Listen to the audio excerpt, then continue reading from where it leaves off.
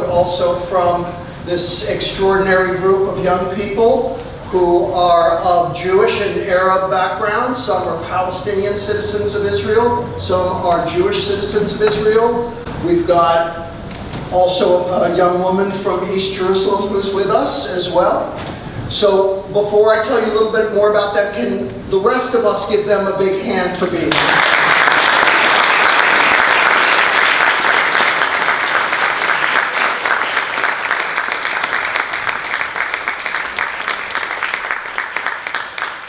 So St. Mary's, as we all know, is just a little country church here in Wilmington, and we're delighted that they're with us tonight. So we've got 17 young people together with a number of staff, counselors, educators who are with them. Most of them are about 17, 18 years old.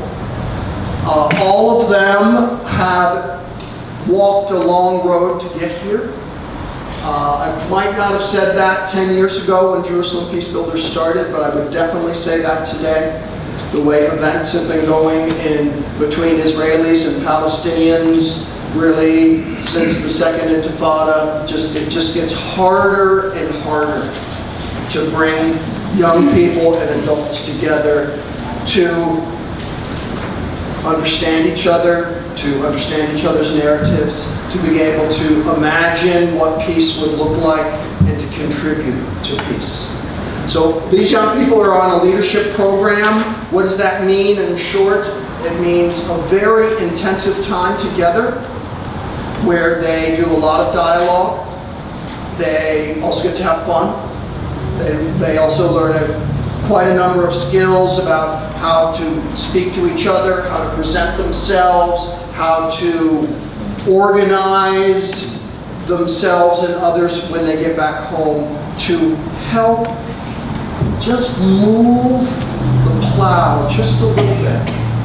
They're all assigned to different teams, and they'll go home, teams of where they live in reasonable proximity to each other. And they're going to all have a peace project that they're going to work on when they get home. The goal is to go from 3 families to 1 family. And for these young people, and they're not so young, some of them will at least imagine themselves to be rather grown up, to be committed to each other and to peace. Don't fool yourself. They can't go home and sign a peace treaty.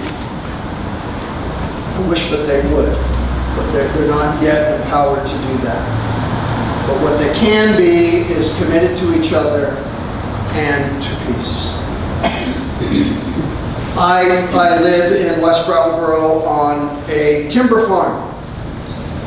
And I know firsthand that if you want good lumber, you have to plant trees. That's what's happening here.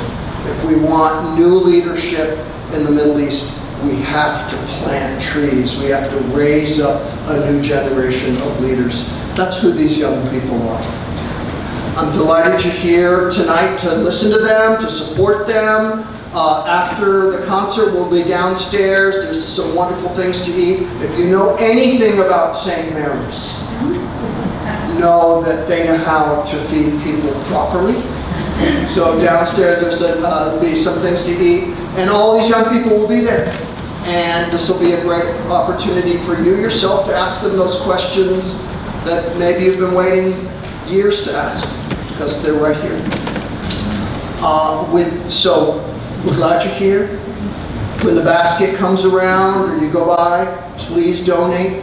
All of that money is going to go to support them and their programming and their work. St. Mary's doesn't skim anything off the top. And we're delighted you're here. I want to introduce you to Age Marshall, who's the director of the Leadership Institute, and then she'll start introducing some of the young people who will be speaking. Thank you.